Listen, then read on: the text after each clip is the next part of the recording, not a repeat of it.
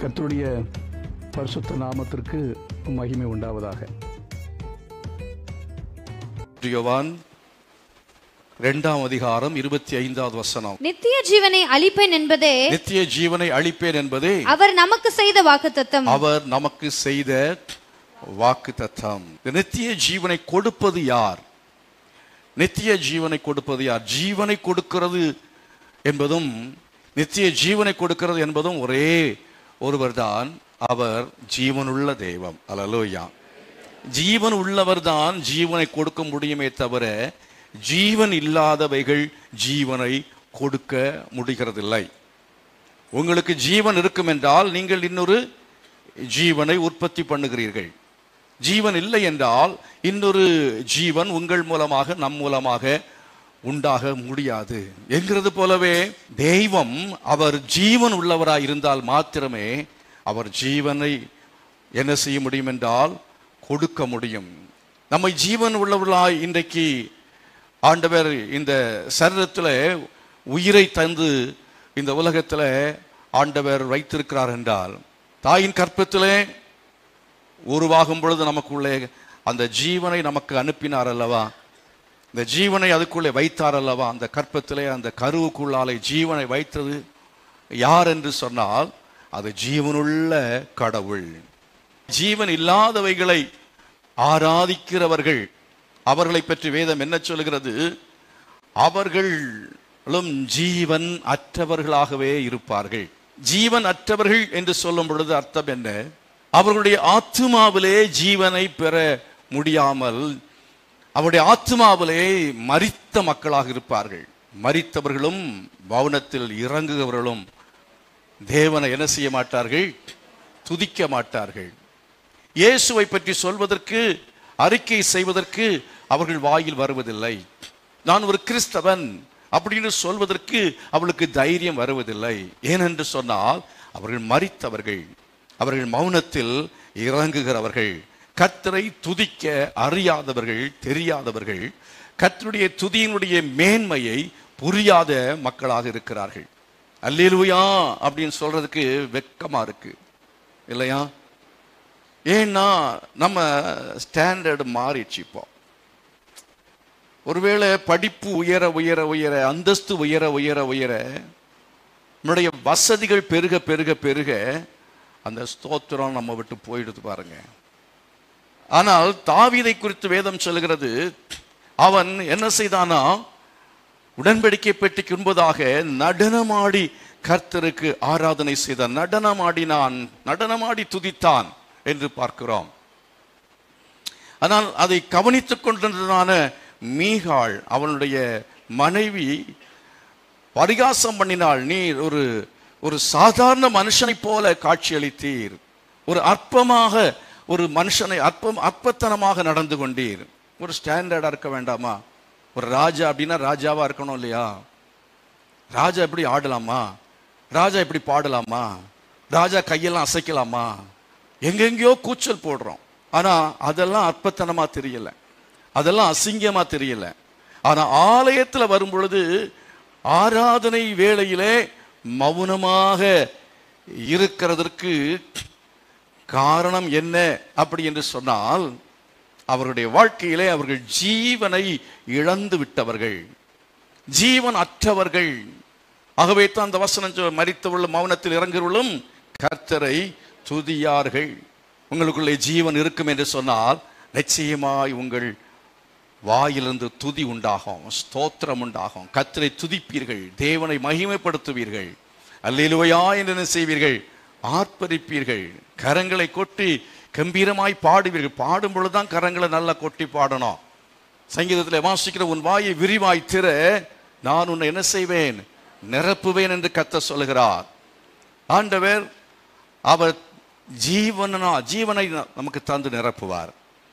நம்ம தேவனை துதிக்கும் பொழுது கர்த்தர் தன்னுடைய அபிஷேகத்தை தந்து நம்ம என்ன செய்வார்? அவர் நிரப்புகிற தேவனாக இருக்கிறார். கரங்களை வைத்து ஆண்டவரை மகிமைப்படுத்துங்கள். ஆகவே ஜீவன் நமக்குள்ளாலே நமக்கு கொடுக்கிற ஒருவர் உண்டு. அவர் யார் என்பதை பற்றி வேதம் சொல்கிறது. யோவான் சுவிசேஷம் 10ஆம் அதிகாரத்தில் 28ஆம் வசனத்தை வாசித்து பாருங்கள். நான் அவைகளுக்கு நித்திய ஜீவனை கொடுக்கிறேன். நான் அவைகளுக்கு நித்திய ஜீவனை கொடுக்கிறேன். சொல்லுகிறவர் யார்? இயேசு. இயேசு கிறிஸ்து. அவர் சொல்லும் பொழுது நானும் ஜீவனை கொடுக்கிறேன் என்று சொல்லவில்லை, நான் அவைகளுக்கு ஜீவன் கொடுக்கிறேன் என்று சொல்லுகிறார். ஆகவே இந்த உலகத்திலே மனுஷனுக்கு சரீரத்தில் ஜீவனை கொடுக்கிறதா இருந்தாலும் சரி, அது இயேசுதான். நம்முடைய ஆத்மாவிலே மனுக்குலம் இழந்து போன ஜீவனை கொடுக்கிறதும் யார் என்று சொன்னால் இயேசு ஒருவர் தான். இந்த உலகத்தில் மனிதன் படைக்கப்பட்ட பொழுது அவன் ஆத்மாவிலும் ஜீவன் உள்ளவனாயிருந்தான், ஜீவ ஆத்மாவாக மாறினான் என்று வேதம் சொல்லுகிறது. தேவன் நம்முடைய நாசியிலே சுவாசத்தை ஊதின பொழுது அவன் ஜீவ ஆத்மாவாக மாறினான் என்று வேதம் சொல்லுகிறது. சரீரத்தில் ஜீவன் பெற்றது மாத்திரமல்ல, அவன் ஆத்மா ஜீவன் பெற்றது. ஆனால் என்ன சம்பவித்தது? எப்பொழுது மனிதன் பாவம் செய்தானோ, பாவம் செய்த பொழுது தேவனுக்கு அவன் கீழ்ப்படியாமை காண்பித்த பொழுது அவனுடைய ஆத்துமா ஜீவனை இழந்தது.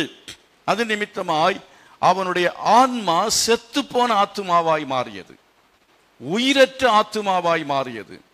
அப்படி ஜீவன் இல்லாத ஆத்துமாவாக இந்த உலகத்துள்ள எல்லாருடைய ஆத்துமாக்களும் இன்றைக்கு இருக்கிறது.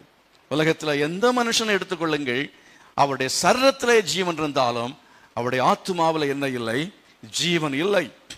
அந்த ஜீவனை ஒரு மனிதன் அவன் பெற்றுக்கொள்ள வேண்டும் என்று சொன்னால் அவன் இயேசு கிறிஸ்துவாகிய ஜீவன் கொடுக்கிற இடத்தில் வர வேண்டும். எந்த ஜீவனை கொடுக்கிறவர்? அவர் சரீரத்துக்கும் ஜீவனை கொடுத்தவர், அவர் கொடுத்து கொண்டிருக்கிறவர், அவர் இன்னும் அவர் கொடுத்து கொண்டே இருக்கிறவர். அவர் நம்முடைய ஆத்துமாவுக்கும் ஜீவனை கொடுக்கிறவராயிருக்கிறார். அவர் ஒருவரே ஜீவனை கொடுக்கிறவர். ஏனென்றால் அவருக்குள் ஜீவன் இருந்தது என்று சொல்லியிருக்கிறது. யோவான் சுவிசேஷத்திலே அதை குறித்து வாசிக்கிறீர்கள். 1வது அதிகாரத்திலே 4வது வசனத்தை முதலாவது வாசிக்கலாம். அவருக்குள் ஜீவன் இருந்தது. அவருக்குள் ஜீவன் இருந்தது. யாருக்குள் ஜீவன் இருந்தது? இயேசு கிறிஸ்துவுக்குள் ஜீவன் இருந்தது. நித்திய ஜீவனை பெற்ற தெய்வம் என்று ஒருவர் உண்டென்றால் அவர் இயேசு ஒருவரே. பிதாவாகிய தேவன், குமாரனாகிய இயேசு கிறிஸ்து, பரிசுத்தாவியாகிய இந்த திரியேக தேவன், அவருக்குள்ளே என்ன இருக்கிறது? ஜீவன் இருக்கிறது. அவருக்குள்ளே இருக்கிற அந்த ஜீவனுடைய ரகசியம் என்ன? 2வது வசனத்தை வாசித்து பாருங்கள். அவர் ஆதியிலே தேவனோடு இருந்தார். ஆதியிலே தேவனோடு இருந்தார் என்று சொல்லி இருக்கிறது. அவர் தேவனோடு கூட இருந்தார், அவர் தேவனாக அவர் இருந்தார். ஆகவே தான் அடுத்த வசனத்தில் நாம் படிக்கிறோம். 3வது வசனம், சகலமும் அவர் மூலமாய் உண்டாயிற்று. அவர் மூலமாய் உண்டாயிற்று. உண்டானது ஒன்றும் அவராலே அல்லாமல் உண்டாகவில்லை. அவராலே அல்லாமல் என்ன செய்யவில்லை? உண்டாகவில்லை என்று சொல்லி பார்க்கிறோம். ஆகவே ஜீவன் இருக்க வேண்டும் என்றால், ஜீவனை பெற்றுக்கொள்ள வேண்டும் என்று சொன்னால் அவர்கள் தேவனோடு கூட இருக்க வேண்டும், அல்லது தேவனிடத்தில் வர வேண்டும். யார் தேவனிடத்தில் வருகிறார்களோ, ஜீவனுள்ள தேவனிடத்தில் வருகிறார்களோ, அவர்களுக்கு கர்த்தர் அவர் ஜீவனை கொடுக்கிறவராக இருக்கிறார். அவர்கள் தான் ஜீவன் உள்ளவர்களாக இருப்பார்கள். இன்னும் சொல்ல போனால் தேவனோடு இருந்தார் என்றால் he was with God. அவர் தேவனோடு என்றால் தேவனோடு கூட உள்ள அந்த உறவிலே இருந்த இயேசு. இயேசு கிறிஸ்து பிதாவாகிய தேவனோடு கூட உள்ள அந்த உறவை பற்றி சொல்லி இருக்கிறது. அதாவது தெய்வீக உறவு, மனுஷீக உறவு. இந்த உறவிலே யார் இருக்கிறார்கள்? பிதா, குமாரன், பரிசுத்தாவி என்று திரியேக தேவன் என்று வேதத்தில் நம்ம பார்க்கிறோம். இது புரிந்து கொள்வதற்கு சற்று கடினமாக இருந்தாலும், அதாவது தண்ணீரை நீங்க எடுத்துக்கொண்டீங்கன்னா அது ஐஸ் கட்டியாக இருக்கிறது, நீர் ஆவியாக, அது ஆவியாக போகிறது, அது ஆவி. அதே போல நம்ம குடிக்க வேண்டும் என்றால் அது தண்ணீர் திரவமாக இருக்கிறது. திரவ நிலை, திடநிலை, ஆவி நிலை, இந்த மூன்றையும் சேர்த்து அதுக்கு ஒரு காம்பவுண்ட் நேம் உண்டு. என்ன தெரியுமா? H2O.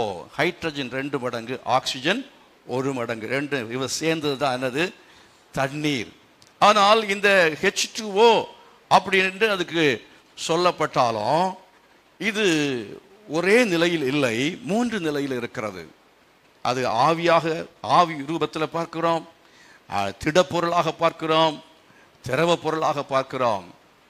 இந்த உலகத்தில் நீங்க அநேக காரியங்கள் இப்படித்தான் பார்க்கிறோம், ஒன்றாக பார்க்க முடியாது. எல்லாமே என்னவென்றால் கூட்டு பொருளாக எல்லாவற்றையும் கர்த்தர் என்ன செய்திருக்கிறார், உண்டாக்கி வைத்திருக்கிறார். மனுஷனை எடுத்துக்கொள்ளுங்கள்.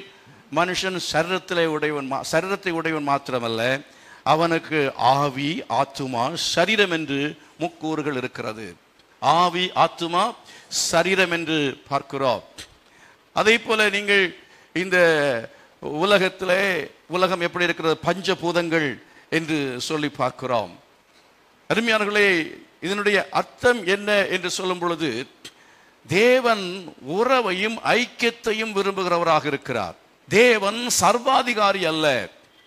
தேவன் அவர் ஒரு தீர்மானத்தை எடுக்க வேண்டும் என்று சொன்னாலும் அந்த தீர்மானத்தை தன்னிச்சையா எடுக்கிறவர் அல்ல என்பதை காட்டுகிறார். என்ன சொல்ல போனால், இந்த உலகம் சரியாக இருக்க வேண்டும் என்றால், இந்த சிருஷ்டிப்புகள் சரியாக இயங்க வேண்டும் என்று சொன்னால் அங்கே சர்வாதிகாரத்துக்கு இடமே கிடையாது. சொல்ல போனால் வேதம் சொல்லுகிறது, தேவன் அன்பாகவே இருக்கிறார். கரங்களை வைத்து கர்த்தரை மகிமைப்படுத்துவோம். அவர் அன்பாகவே இருக்கிறார் என்று சொல்லும் பொழுது, இயேசுவின் அன்பு வேறு, பரிசுத்த ஆவியானவருடைய அன்பு வேறு, பிதாவினுடைய அன்பு வேறு என்று சொல்ல முடியாது. தேவன், பிதா, குமாரன், பரிசுத்த ஆவியாகிய திரியேக தேவன், இவருடைய சுபாவம் எப்படி இருக்கிறது என்று சொன்னால் அன்பு நிறைந்ததாக இருக்கிறது. அன்பு இல்லை என்று சொன்னால் குடும்பம் இல்லை, அன்பு இல்லை என்று சொன்னால் உலகம் இல்லை. அன்பு என்று சொல்லும் பொழுது ஒருவர் தனித்து தான் நினைக்கிறதே செய்ய வேணும் அப்படிங்கிறது இல்லை. அதாவது என்னுடைய மூளை என்ன சொல்லுகிறதோ அதன்படி நீங்கள் எல்லாரும் இயங்க வேண்டும் என்பது அல்ல. அன்பும் ஐக்கியமும் என்று சொல்லும் பொழுது உறவு சரியாக இருக்க வேண்டும் என்று சொன்னால் அந்த உறவுக்கு என்ன தேவை தெரியுமா? அண்டர்ஸ்டாண்டிங் தேவை. ஒருத்தர் 3 பேர் என்றால் 3 பேரும் என்ன செய்யணும்? சேர்ந்து வேலை செய்யணும், சேர்ந்து இருக்க கற்றுக்கொள்ளணும், பகிர்ந்து கொள்ளணும்.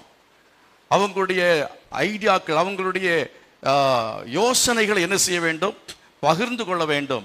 ஒரு செயலை செய்வதற்கு ஒரு ஏகமான ஒரு தீர்மானத்திற்கு உள்ளாலே வருவதற்கு 3 பேர் உட்கார்ந்து ஒரு ஏகமான தீர்மானத்துக்குள் என்ன செய்ய வேண்டும்? வர வேண்டும். இட்ஸ் a God's system, தேவனுடைய சிஸ்டமாக இருக்கிறது. ஆனால் இன்றைக்கு பாருங்க, குடும்பங்கள் எடுத்துக்கொண்டீங்கன்னு சொன்னா குடும்பங்களுக்குள்ளால அது இல்லை. பெண் அவள் ஒரு ஜடப்பொருளாக நினைக்கிறாங்க, அவளை ஒரு உயிருள்ளவளாகவே நினைக்கிறது இல்லை.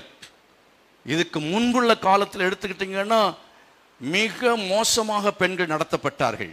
பெண்களை என்ன செய்ய வேண்டும்? அடக்கி வைக்க வேண்டும். பெண்கள் தெருவில் நடக்கக்கூடாது, பெண்கள் வீட்டுக்குள்ளே இருக்க வேண்டும், பெண்கள் பள்ளிக்கூடத்திற்கு போகக்கூடாது, படிக்கக்கூடாது, வேலைக்கு வரக்கூடாது என்கிறதுக்காக தான் பெண்கள் மேலே தாக்குதல்கள் தொடர்கிறது. அதே போல என்ன, கணவன் அவன் வைத்ததுதான் சட்டம், வீட்டில் வேற யாரும் பேசக்கூடாது அப்படிங்கிற அந்த சர்வாதிகார போக்கு இருக்கிறது பாருங்க. இது பிசாசினுடைய தந்திரம். உங்க வீட்டுக்குள்ளாலே சர்வாதிகாரம் இருக்கும் என்று சொன்னா பிரச்சனைகள் நிறைய இருக்கும், சந்தோஷம் இருக்காது, சமாதானம் இருப்பதில்லை, ஒரு நிறைவு இருக்கிறதில்லை. அங்கே என்ன தரித்திரம் உண்டாகும், துன்பங்கள் துயரங்களும் அதிகமாக இருக்கும். ஆகவே குடும்பம் என்று சொன்னாலும் சரி, நீங்க கணவன் மனைவி பிள்ளைகள் ஐக்கியமாக இருக்க வேண்டும். பாருங்க, குடும்பத்தையும் கர்த்தர் முக்கூறாக வைத்திருக்கிறார். அப்பா, அம்மா, பிள்ளைகள் 3. இந்த 3 பேரும் கலந்து ஆலோசிக்க வேண்டும், 3 பேரும் சேர்ந்து இருக்க வேண்டும், அவர்கள் இணைந்து செயல்பட வேண்டும். அப்பொழுதுதான் அந்த குடும்பம் அது ஆசீர்வதிக்கப்படுகிற குடும்பமாக இருக்கும். கரங்களை வைத்து கர்த்தரை மகிமைப்படுத்துவோமா? ஆகவே கணவன் மாத்திரம் எனக்கு தெரியும் அப்படின்னு சொல்லக்கூடாது. 23ஆம் சங்கீதம் சொல்லுகிறது, கர்த்தரன் மேய்ப்பராய் இருக்கிறார், நான் தாழ்ச்சி அடைய. கர்த்தர் உங்களுக்கு மேய்ப்பராய் இருந்தால் நீங்கள் தாழ்ச்சி அடையவே மாட்டீர்கள். சபையாருக்கு கர்த்தர் சொல்லுகிறார், சிங்கக்குட்டிகள் பட்டினி அடைந்து தாட்சியா இருக்கும், ஆனால் கர்த்தரை தேடுகளுக்கோ ஒரு நன்மையும் குறைவுபடாது. கர்த்தர் தம்முடைய பிள்ளைகளை காகங்களை கொண்டு கூட போஷிப்பார். காட்டுல விளைச்சல் எல்லாம் போகலாம், மழையை இல்லாம போகலாம், ஆனா வனாந்திரத்திலே இஸ்ரவேல் ஜனங்களை வானத்தின் மன்னாவினாலே போஷித்த கர்த்தர் உங்களையும் என்னையும் போஷிப்பதற்கு அவர் இன்றைக்கும் வல்லமையுள்ள தேவனாக இருக்கிறார். ஆண்டவரோடு கூட இருக்க வேண்டும், தேவனோடு கூட நம்முடைய உறவு இருக்க வேண்டும். சிம்சோன் நினைத்தான், தேவன் என்னோடு கூட இருக்கிறார் என்று நினைத்தான். எப்போதும் போல எதிரிகள் வந்த பொழுது அவன் உதறி போட்டுவிட்டு அவன் தன்னுடைய கட்டுகளிலிருந்து விடுவிக்கப்பட முடியும் என்று, விடுவிக்கப்பட்டு எழும்பி செல்ல முடியும் என்று அவன் நினைத்து எழும்பின பொழுது அவனால் எழும்ப முடியவில்லை. அருமையானவர்களே, பாவத்துக்கு அடிமையா இருக்கும் பொழுது, பாவத்தில் பழக்கப்பட்டு இருக்கும் பொழுது, ஜபத்தை வெகு நாட்கள் விட்டுவிடும் பொழுது, ஆலயத்தை வெகு நாட்கள் விட்டுவிடும் பொழுது, வேத வாசிப்பை வெகு நாட்கள் விட்டுவிடும் பொழுது ஆண்டவர் நம்மை விட்டு போய்விட்டார் என்று நமக்கு தோன்றாது, தெரியாது. கர்த்தர் நம்மோடு கூட இருப்பதாகத்தான் தோன்றும். எல்லாம் நன்றாகத்தான் போய்கொண்டிருக்கிறது, ஒரு பிரச்சனையுமே இல்லை என்பதாக நினைத்து கொண்டிருப்போம். ஆனால் சடுதியிலே நாசம் வரும், சடுதியிலே பிடிக்கப்படுவோம், சடுதியிலே ஆபத்து வரும். அதன் பின்பு யாரும் நம்மை காப்பாற்றவே முடியாது. ஆகவே கர்த்தரை, மனுஷனை நம்பி மாம்சமானதை புயபலமாக்கி கொண்டு கர்த்தரை விட்டு விலகுகிற மனுஷன் சபிக்கப்பட்டவன் என்று வேதம் சொல்லுகிறது. ஆண்டவரை விட்டு விலகுவதற்கு எது காரணமாக இருக்கிறதோ அவைகளை நாம் தூக்கி எறிந்துவிட்டு கர்த்தரோடு கூட இசைந்து வாழ வேண்டியது அவசியமாக இருக்கிறது. ஏன் கர்த்தரோடு கூட இருக்க முடியவில்லை என்றால், அநேகர் இடறி போகிறோம், அநேகர் நமக்கு சோர்வு வருகிறது, அநேகர் நமக்கு வருகிற உபத்திரவங்கள் துன்பங்கள் நிமித்தமா என்ன செய்கிறோம்? ஆண்டவரை விட்டு விலகி போகிறோம். என்ன சூழ்நிலை வந்தாலும் சரி, எது நடந்தாலும் சரி, நாம் தேவனோடு கூட இருக்க வேண்டும். காரிருளிலே நேசத்தீபமாக இருக்கிற நீர் என்னை நடத்தும் என்று சொல்லி நம்முடைய துன்பத்தின் நேரத்தில், வேதனையின் நேரத்தில், வியாதியின் நேரத்தில், கஷ்டத்தின் நேரத்தில் நாம் ஆண்டவருடைய சமூகத்தில் முழங்கால் படியிட்டு நம்முடைய கரத்தை அவர் கையில் கொடுப்போம் என்றால் அவர் நம்மை பிடித்து நடத்துவார். ரோடு கரடு முரடா இருக்கும் பொழுது, ஏற்றம் இறக்கம் இருக்கும் பொழுது, இல்லை என்றால் பள்ளத்தாக்கில் போகும் பொழுது, தண்ணீர் பாதைக்குள்ளே கடந்து செல்லும் பொழுது, நதிகளை கடக்கும் பொழுது, ஆறுகளை கடக்கும் பொழுது நம்ம அவரை பிடித்திருந்தால் கையை விட்டு விடுவோம். ஆகவே கர்த்தரிடத்தில் சொல்லணும், ஆண்டவரே நான் உம்மோடு கூட இருக்க முடியாது, என்ற துன்பத்தின் பாதையிலே நான் உம்மை விட்டுவிட வாய்ப்புகள் உண்டு. ஆகவே நீர் என்னை பிடித்துக் கொள்ளும் என்று சொல்லுங்க, நீர் என்னை பிடித்துக் கொள்ளும் என்று சொல்லுங்க. என் கையை பிடித்துக் கொள்ளும் ஆண்டவரே. அடிக்கடி நான் சோர்ந்து போகிறேன், அடிக்கடி நான் மனம் தளர்ந்து போகிறேன், உம்முடைய அன்பை விட்டு நான் விலகி போகிறேன். உம்முடைய அன்பிலே உறுதியாய் நிலைத்து இருக்க தக்கதாக எனக்கு நீர் அருள் செய்வீராக என்று சொல்லி தேவ சமூகத்திலே நம்ம ஜெபம் பண்ணி அவருடைய கரத்திலே நம்முடைய குடும்பத்தை கொடுக்கும் பொழுது, நம்முடைய வாழ்க்கையை கொடுக்கும் பொழுது, நம்முடைய ஜீவியத்தை அர்ப்பணிக்கும் பொழுது ஆண்டவர் நம்மை காரிருள் சூழ்கிற நேரத்திலும் கூட அவர் கண்மணி போல் பாதுகாத்துக் கொள்ள நடத்துவதற்கு வல்லமுள்ள தேவனாக இருக்கிறார். உங்களுக்கு முன்னாலே இருக்கிற அந்த காரிருளை கடந்து செல்லும்படியாக, உங்களுக்கு முன்பதாக இருக்கிற ஒரு பெரிய பர்வதத்தை நீங்கள் கடந்து செல்லும்படியாக ஒத்தாசி நிறைந்தவருடைய கண்களை நோக்கி பாருங்கள். அவருடைய சமூகத்தில் அவரை நோக்கி ஜெபிக்கும் பொழுது கர்த்தர் நிச்சயமாகவே உங்களை அவர் கரம் பிடித்து நடத்துவார். அவர் தேவனோடு கூட இருந்தார், அவருக்குள்ளே ஜீவன் இருந்தது, அவர் தேவனோடு கூட அவர் இருந்தார். தேவனை பற்றி சொல்லும் பொழுது தேவன் அவர் பிதா குமாரன் பரிசுத்தாவி ஆகிய திரியேக தேவனாக செயல்படுகிறார் என்று சொல்லும் பொழுது அவர் சர்வாதிகாரியாக ஒருபோதும் செயல்படுகிற கர்த்தர் அல்லவே அல்ல. வருத்தப்பட்டு பாரம் சுமக்கிறவர்களே, நீங்கள் எல்லாரும் என்னிடத்தில் வாருங்கள், நான் உங்களுக்கு இளைப்பால் தருவேன். இயேசு கிறிஸ்து அவர் பட்டயத்தை காட்டி என்னிடத்தில் வா, இல்லை என்றால் வெட்டி விடுவேன் என்று சொல்ல மாட்டார். இதோ வாசற்படியில் நின்று கதவை தட்டுகிறேன், நீ கதவை திறந்தால் நானும் கூட வருவேன் என்று சொல்லுகிறார். அப்படின்னு சொன்னா ஆண்டவர் யாரையும் கட்டாயப்படுத்துகிறார் அல்ல. கட்டாய மத மாற்றம் என்பது வேதத்தின் உபதேசம் அல்லவே அல்ல. இயேசு எந்த மனிதனையும் கட்டாயப்படுத்தி மாற்றுகிறவரும் அல்லவே அல்ல. அவர் கதவை தட்டுகிறார், அவர்கள் திறந்தால் அவர் உள்ளே என்ன செய்வார்? பிரவேசிப்பார். இல்லை என்று சொன்னால் அவர் அப்படியே திரும்பி போய்விடுவார். அருமையான கர்த்தருடைய பிள்ளைகளாகிய உங்களை பார்த்து நான் கேட்கிறேன், எத்தனை காலமாக ஆண்டவராய் இயேசு கிறிஸ்து உங்களுடைய இதயத்தின் கதவை தட்டி கொண்டிருக்கிறார். இன்னும் சிலர் உங்க கதவை திறக்காமல் இருந்து கொண்டிருக்கிறீர்கள், ஆண்டவருடைய சத்தத்துக்கு செவி கொடுக்காமல் இருந்து கொண்டிருக்கிறீர்கள். இன்றைக்கு இதுதான் உங்களுக்கு கடைசி தருணமாக இருக்கலாம். நீங்கள் நித்திய ஜீவனை பெற்றுக் கொள்ளும்படியாக, அவரை பெற்றுக்கொள்ளும்படியாக, அவருடைய உறவை பெற்றுக்கொள்ளும்படியாக, அவருடைய அன்பை பெற்றுக்கொள்ளும்படியாக என்ன செய்யுங்கள்? சத்தத்துக்கு செவி கொடுங்கள். ஆண்டவரே, நான் இனி சாக்கு போக்கு சொல்ல மாட்டேன், நாளை என்று சொல்ல மாட்டேன். இன்றைக்கே நான் மனம் திரும்புகிறேன், இன்றைக்கே உம்மை நான் ஏற்றுக்கொள்கிறேன், நான் ஞானஸ்நானம் எடுத்துக்கொள்கிறேன், உம்முடைய அபிஷேகத்தை நான் பெற்றுக்கொள்ள விரும்புகிறேன், உம்முடைய பிள்ளையாய் நான் ஜீவிக்க விரும்புகிறேன். நான் உலகத்தோடு கூட வாழ்ந்தது போதும், உலகத்தின் உல்லாசங்களிலே நான் மயங்கி வாழ்ந்தது போதும், நான் உம்மோடு கூட வாழ விரும்புகிறேன். ஆண்டவரே, நான் பாவத்தில் மரித்தவனாக இருந்தேன், அக்கிரமத்தில் மரித்தவனாக இருந்தேன்.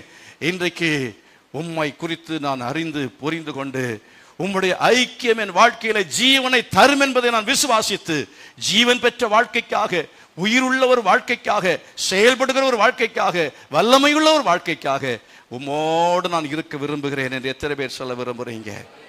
எனக்கு இயேசு போதும்னு சொல்லுங்க. எனக்கு இயேசு போதும், வேற யாருமே இல்லைன்னாலும் பரவாயில்ல. கணவன் போகலாம், மனைவி விட்டுட்டு போகலாம், பிள்ளைங்க விட்டுட்டு போகலாம். ஆனா கடைசியில இயேசுவோடு கூட இருக்க கற்றுக்கொண்டால், அவர் உங்களோடு கூட இருக்க, நீங்க அவரோடு கூட இருக்கிற அந்த வாழ்வை நீங்கள் அனுபவித்துக் கொண்டிருப்பீங்கன்னா எந்த இடத்திலும் நீங்கள் தனிமை அல்ல என்பதை உணர்ந்து கொள்ளுங்கள். பத்திமி தீவிலே தன்னந்தனிமையாய் நாடு கடத்தப்பட்டதான அந்த யோவான், அவன் அங்கே தனிமையாய் இல்லை. கர்த்தர் அவனுக்கு பரதீசின் காட்சிகளை கொடுத்து கொண்டிருந்தார், பரலோகத்தின் காட்சிகளை கொடுத்து கொண்டிருந்தார். அதன் பலனாக எழுதிய புஸ்தகம்தான் அந்த வெளிப்படுத்தின விசேஷம். எப்படி எழுதினான் தெரியல, எப்படி அவன் அந்த புத்தகத்தை எழுதினான் தெரியவில்லை. மை எப்படி கிடைத்தது, எப்படி அவனுக்கு அந்த நாட்களை காகிதங்கள் கிடையாது. ஆனால் அங்கே கிடைத்தவைகளை வைத்துக்கொண்டு அவன் அந்த காரியத்தை செய்து அவன் தனிமையை மேற்கொண்டு விட்டான். ஜெபம் பண்ணுகிறவர்களுக்கு தனிமை இல்லை, வேதம் வாசிக்கிறவர்களுக்கு தனிமை இல்லை, ஊழியம் செய்கிறவர்களுக்கு என்ன இல்லை? தனிமை இல்லை.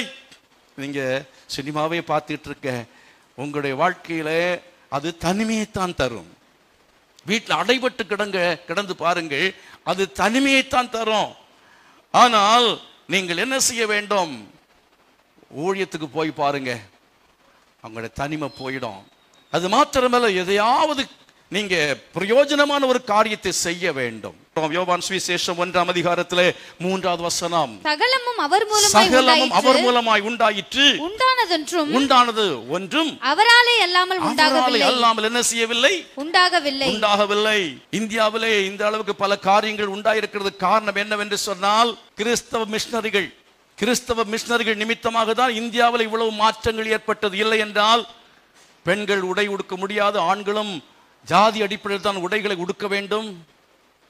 உயர் ஜாதி வகுப்பிலே உள்ளவன் எதிரே வந்தால், தாழ்ந்த ஜாதியில் உள்ளவன் எதிரே போனால், தவறுதலாக போய்விட்டால் அவன் கொல்லப்பட வேண்டும், அவளை கொன்று விடுவார்கள். ஆண்கள் உடை உடுத்த முடியாது, பெண்கள் மேல் ஆடை உடுத்துவதற்கு அதிகாரம் இல்லை. சதி என்கிற, அதாவது உடன்கட்டை ஏறுதல் என்கிறதான மூடப்பழக்கம், எத்தனையோ பயங்கரமான மூடப்பழக்க வழக்கங்கள் இருந்தது. ஜாதி கொடுமை மிக பயங்கரமாக இருந்தது. இதுக்கெல்லாம் எதிராக சட்டங்களை கொண்டு வருவதற்கு காரணமாக இருந்தது கிறிஸ்தவ மிஷனரிகள் என்பதை மறந்துவிட வேண்டாம். அருமையார்களே, வெளிநாட்டிலிருந்து அநேகர் வந்து இந்திய தேசத்திலே தங்கள் ஜீவனை கொடுத்தபடினாலே நாம் இன்றைக்கு ஜீவனை பெற்றிருக்கிறோம். நாம் ஜீவனை கொடுப்போம் என்றால் இந்த உலகத்தில், இந்த தேசத்தில் இருக்கிற அநேக மக்கள் ஜீவனை பெறுவார்கள். ஏதோ உலகத்தில் வாழ்கிறோம், சாப்பிட்டு ஏதோ சம்பாதித்து தலைமுறைக்கு வைத்துக் கொண்டு சாகலாம் என்று ஜீவிக்காமல், இந்த உலகத்தில் நாம் ஒரு லட்சியத்தோடு வாழ கர்த்தர் கிருபை செய்வாராக. 1வது அதிகாரத்தில் 5வது வசனம், அந்த ஒளி இருளிலே பிரகாசிக்கிறது, இருளானது அதை பற்றிக்கொள்ளவில்லை. இருளானது அதை என்ன செய்யவில்லை? பற்றிக்கொள்ளவில்லை. உங்களுக்கு லட்சியம் இருக்கும் என்றால், தரிசனம் இருக்கும் என்று சொன்னால், வெளிச்சம் இருக்கும் என்றால், பார்வை இருக்கும் என்று சொன்னால், எந்த இருளும் உங்களை மேற்கொள்ளாது, எந்த பாவமும் உங்களை மேற்கொள்ளாது, எந்த அதாவது அந்தகாரத்தின் வல்லமைகளும் துரைத்தனங்களும் உங்களை மேற்கொள்ள முடியாது. உலகத்தை ஜெயிப்பீர்கள், பாவத்தை ஜெயிப்பீர்கள், பிசாசும் உங்களை மேற்கொள்ள முடியாது, சோதனைகள் உங்களை மேற்கொள்ள முடியாது. ஏனென்றால் உங்களுக்குள்ளே ஜீவன் இருக்கிறது. இந்த ஜீவன் எப்படி உங்களுக்குள்ளாலே இன்னும் அது வலிமை பெறுகிறது? என்னை விசுவாசிக்கிறவன் நான் செய்த கிரியைகளையும் செய்வான், அதை பார்க்கலும் பெரிய கிரியைகளை செய்வான். இயேசு செய்த கிரியைகளையும் செய்ய முடியுமா? அதை பார்க்கலும் பெரிய கிரியைகளை செய்ய முடியும். கிரியை செய்கிறோமா? அற்புதங்கள் நடக்கிறதா? ஒரு தீர்க்கதரிசியாக நம்ம செயல்படுகிறோமா? ஒரு சுவிசேஷகராக செயல்படுகிறோமா? இல்லை ஒரு மேய்ப்பராக நம்ம இருக்கிறோமா? இல்லை ஒரு மூப்பனாகவாவது நம்ம இருக்கிறோமா? இல்லை ஒரு தன்னார்வ தொண்டனாக இருக்கிறோமா? எந்த காரியத்தை நம்ம செய்கிறோம்? அருமையானவர்களே, எந்த மனுஷனையும் பிரகாசிப்பிக்கிற ஒளியே அந்த மெய்யான ஒளி என்று சொல்லி இருக்கிறபடி உங்க வீட்டில் இருக்கிற எந்த மனுஷன் இங்க பிரகாசிக்க முடியும்? என் புருஷன் உருப்பட மாட்டார், ரட்சிக்கப்படவே மாட்டார். என் மனைவி உருப்படவே மாட்டார், ரட்சிக்கப்படவே மாட்டாள். என் பிள்ளைங்க திருந்தவே மாட்டாங்க. ஒருவேளை பயங்கரமான அடிக்டாக மாறி இருக்கலாம், போதைப் பொருளுக்கு அடிக்டாக இருக்கலாம், இன்னும் சாராயத்துக்கு அடிமையா இருக்கலாம். விசுவாசியுங்கள், உங்கள் ஒளி அவர்களுக்குள்ளே கடந்து செல்லும் பொழுது அவர் நிச்சயமாய் மாற்றம் அடைவார்கள். பிரியமானவர்களே, நீங்கள் கேட்ட செய்தி உங்களுக்கு ஆசீர்வாதமாக இருந்திருக்கும் என்று நம்புகிறேன். இப்பொழுது நான் ஜெபிக்க விரும்புகிறேன். ஜெபிப்போமா? நல்ல பிதாவே, இந்த நேரத்திலும் இந்த செய்தியை கேட்ட ஒவ்வொரு மகனையும் ஒவ்வொரு மகளையும் நீர் ஆசீர்வதித்தரல வேண்டும் என்று ஜெபிக்கிறேன். ஒவ்வொருவருக்கும் நீர் உம்முடைய சமாதானத்தை கட்டளையிடுவீராக. ஒவ்வொருடைய குடும்பத்திலும் தேவைகளை நீர் அறிந்திருக்கிறவர். எல்லா தேவைகளையும் சந்திக்கும்படி ஜெபிக்கிறேன். குழந்தை பாக்கியம் இல்லாத மக்களுக்காக ஜெபிக்கிறேன். பலவிதமான துன்பங்களிலும் துயரங்களிலும் வேதனையிலும் கஷ்டங்களிலும் இருக்கிற ஒவ்வொருடைய வாழ்க்கையிலையும் கர்த்தர் அற்புதங்களை செய்வீராக. விடுதலையை நீர் கட்டளையிடும். பாவ கட்டுகளிலிருந்து விடுவிக்கும்படியாய் ஜெபிக்கிறேன். சாப கட்டுகளிலிருந்து நீர் விடுவிக்கும்படியாய் ஜெபிக்கிறேன். குடும்பங்களிலே திருமணமாகாத மக்களுக்காக ஜெபிக்கிறேன். திருமணங்கள் நடைபெற கர்த்தர் கிருபை செய்ய வேண்டும் என்று கேட்கிறேன். தீராத கொடிய வியாதிகள் இப்பொழுதே சுகமடைவதாக. இயேசுவின் நாமத்தினாலே சகலவிதமான பெல்லிசூனிய கட்டுகளும் சகலவிதமான போராட்டங்களும் குடும்பங்களை விட்டு நீங்கும்படியாய் ஜெபிக்கிறேன். இயேசுவின் நாமத்தில் குடி வெறியில் இருக்கிற மக்கள் அவைகள் எல்லாவற்றிலிருந்தும் இப்பொழுதே விடுவிக்கப்படுவார்களாக என்று சொல்லி ஜெபிக்கிறேன். கர்த்தர் தாமே ஒவ்வொரு மகனையும் ஆசீர்வதியும், ஒவ்வொரு மகளையும் கர்த்தர் ஆசீர்வதிக்க வேண்டும் என்று கேட்கிறேன். ஆசீர்வதித்தருளும். இயேசுவின் நாமத்தில் ஜெபிக்கிறேன் ஜீவனுள்ள நல்ல பிதாவே, ஆமென், ஆமென். ஒரு தேற்றுவது போ என் நேசர் தேற்றுவா. பாடுவோமா? ஒரு தாய் தேற்றுகிறது போல ஆண்டவர் உங்களை தேற்றுகிறார், ஆற்றுகிறார். அவர் கை வைத்து உங்கள் மேல வைத்து உங்களை ஆறுதல் படுத்துகிறார். Yes, Lord.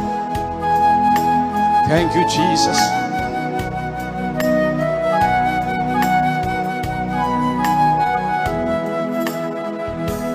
மார்போடு அணைப்பாரே,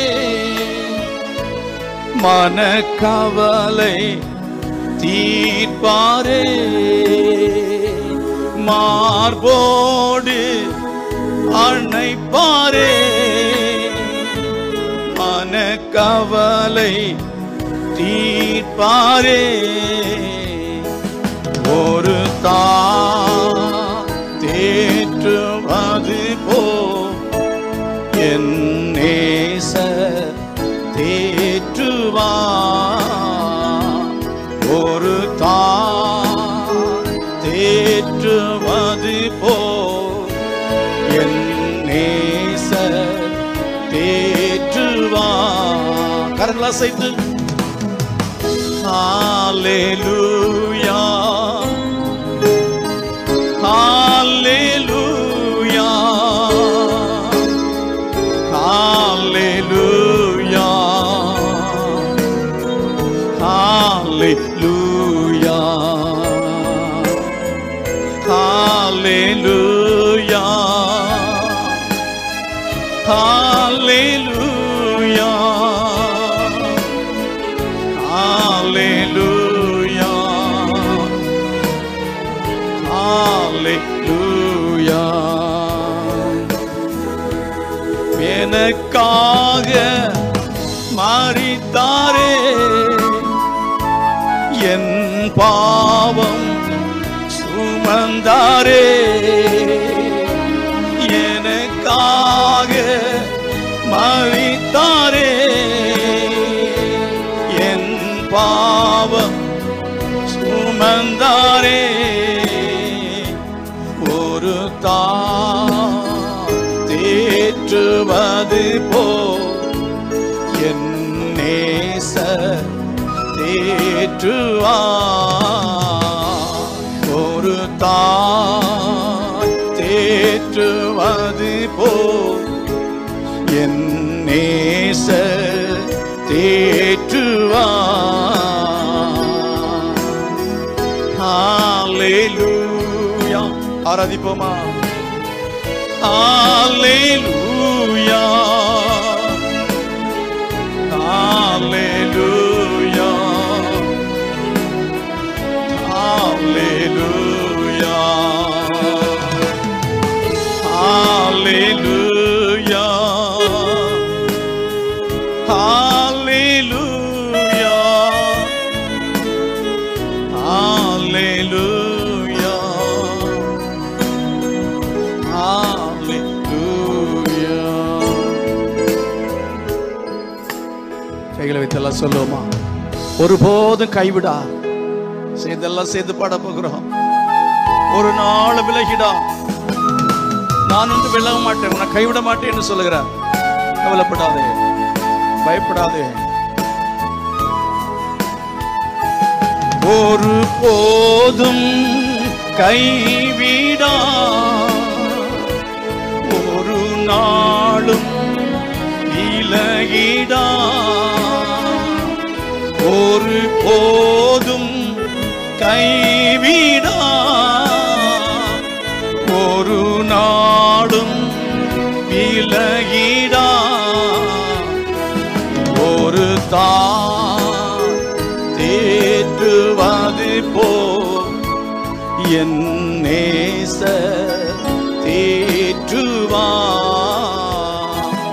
ஒரு தாய் தேற்றுவது போல் என் நேசர் தேற்றுவார். தேற்றும் ஆண்டவரே. ஆச்சுமையா பயத்தோடு இருக்கிறாங்க, கவலையோடு கூட இருக்கிறாங்க, மரத்துக்கு பின்னால ஒளித்துக் கொண்டிருக்கிறாங்க, விருட்சங்களுக்குள்ளே ஒளித்துக் கொண்டிருக்கிறாங்க, அத்தியிலைகளை கொண்டு மூடி பார்க்கிறாங்க, எங்கேயோ ஓடி பார்க்கிறாங்க. ஆனாலும் ரட்சிப்பு இல்லையே, சமாதானம் இல்லையே, சந்தோஷம் இல்லையே, விடுதலை இல்லையே. இன்றைக்கு ரட்சிப்பின் வஸ்திரத்தை எடுத்து உடுத்துவீராகப்பா. துதியின் உடையை உடுத்துவீராக.